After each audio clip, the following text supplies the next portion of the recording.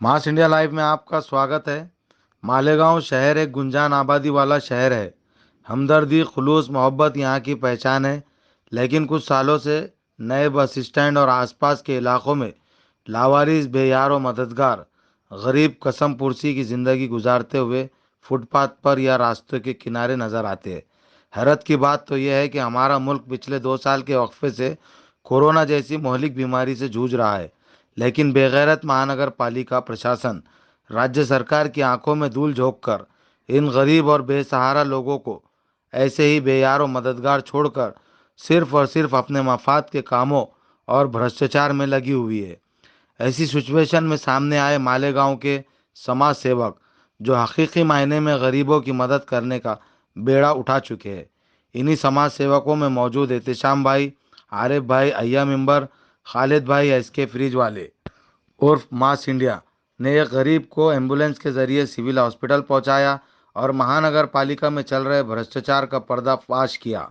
मास India की report Shafiq Khan के साथ। बिस्मिल्लाहिर्रहमानिर्रहीम। दर्द दिल के वास्ते पैदा किया इंसान को, वरना अताअत के लिए कुछ कम न थे रो गया। मालेगांव शहर एक इंसानियत का शहर है और यहाँ पर दीन से बहुत सारे लोग जुड़े हुए हैं। सबसे अहम बात, मालेगांव डेवलपमेंट फ्रंट, इससे पहले भी सर्दी का मौसम आया था, मालेगांव डेवलपमेंट फ्रंट ने एक स्कीम चलाई थी जैकेट तकसीम की, और अल्हम्दुलिल्लाह हमने 200 से 300 जैकेट खुद अपने ज़ाती पैसे से मालेगांव शहर में जितने भी गरीब ढूंढ ढूंढ कर, ऐसे नहीं कि हमने बांट दिया, हम उनके पास गए, ज़रूरतमंद को अपने हाथों से पिनाया, इस तरीके से हमने काम अंजाम दिया। मुझे ये समझ में ये नहीं आता कि दिल जब उस वक्त तो मेरा दुखा जब वहाँ पर एक बड़े मियाँ सोए हुए थे और उनके थोड़े ही दूरी पे एक कुत्ता भी सोया हुआ था। ये मंजर मेरी आंखों में घूम रहा है कि मुझे ये लगता है कि अगर मालेगांव शहर की आवाम बेदार नहीं हुई और ऐसे लीडरान को अगर सत्ता से नहीं हटाया गया, तो मैं ये यकीन दिलाऊंगा कि कल कल आपको भी वहाँ सोना पड़ेगा।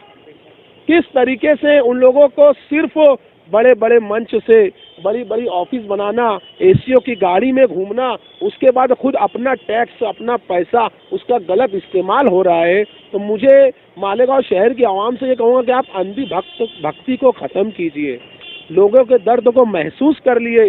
जब तक आप कामिल मोमिन नहीं हो सकते, जब तक आप लोगों के दर्द को महसूस नहीं कर सकते, रास्ते से एक पत्थर के हटा देने पे अल्लाह के मग़फ़िरत के वादे हैं। तो मैं ये कहूँगा कि ऐसे जो बेचारे, आप इनको देखो, आंखों से आंसू आता है, दर्द जो है इन लोगों को देख के दर्द की एक मिसाल महसूस होती है कि ये कैसे ज़िंदगी गुजार रहे हैं।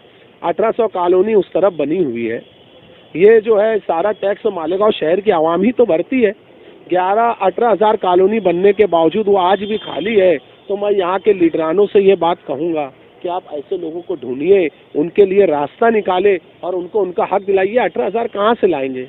ये रोज रोज जो है भीख मांगते हैं, किसी के आगे जो है हाथ फैलाते हैं जब इनका घर चलता है। अरे अल्लाह ने आपको साहिब हैसियत बनाया है, आपको माल वाला बनाया है, तो आप लोगों की मदद के लिए मैदान में आइए। अगर तुम्हारे अंदर लोगों के दर्द का अगर जज्बा नहीं है तो आप कोई भी किसी भी काम के इंसान नहीं है। अब इस तरीके से एहतेशाम भाई, आपने 18,000 कॉलोनी बोले, कॉलोनी तो 11,000 के नाम से मशहूर है पूरे मालेगांव शहर में, तो आप 18,000 कॉलोनी बोल रहे, तो इसके पीछे वजह क्या है? चलो ठीक है, अभी इसके पीछे वजह यह है कि मालेगांव शहर में बहुत सारे मुखलिस पत्रकार साहब भी है, उसके बाद बहुत सारे लीडरान भी है। ये सारों की तवज्जो, मालेगांव शहर की आवाम तो इतनी सोई हुई है कि ये अपना हक खुद ले नहीं सकती। लेकिन ये भी मैंने इस पर स्टडी की है, मैंने इस पर सुना कि कहीं पे 11,000 कॉलोनी बोला जाता है, कहीं पे 18,000 कॉलोनी बोला जाता है। ठीक है, लगभग जो भी कम ज़्यादा है, लेकिन लोगों के लिए बनी तो है, तो लोगों को राहत दीजिए ना। आप कमिश्नर साहब का भी ये काम है कि यार कहीं ना कहीं जो वो भी एक इंसानियत का जज्बा रखते हैं, तो वो भी लोगों के लिए सोचे। ऐसे गरीब जो बेचारे जो जिंदगी गुजर कर रहे हैं, ये अभी जो है ये इसके पास फुटपाथ पर सोते हैं, सोने के बाद जरा सा करवट ली तो ट्रक के नीचे आ जाना, हादसे का शिकार हो जाना, तो ये कहाँ की इंसानियत है? मालेगांव शहर एक उलमाओं का शहर है, यहाँ के उलमाए भी इस ताल्लुक से बेदार होए, एक तरफ एक प्लेटफॉर्म चलाए कि नहीं, अब की बार ऐसे लीडरान हमको नहीं चाहिए जो लोगों के दर्द को महसूस नहीं करते।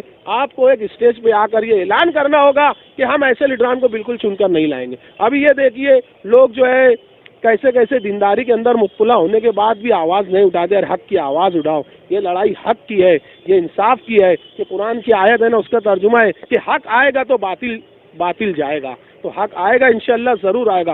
वक्त तो कहता है कि तारीख सितमज़ारों में रोशनी देर से होती है मगर होती है। मास इंडिया भी यही मांगनी करता है कि गरीबों को इंसाफ मिलना चाहिए। आप देखते रहिए मास इंडिया।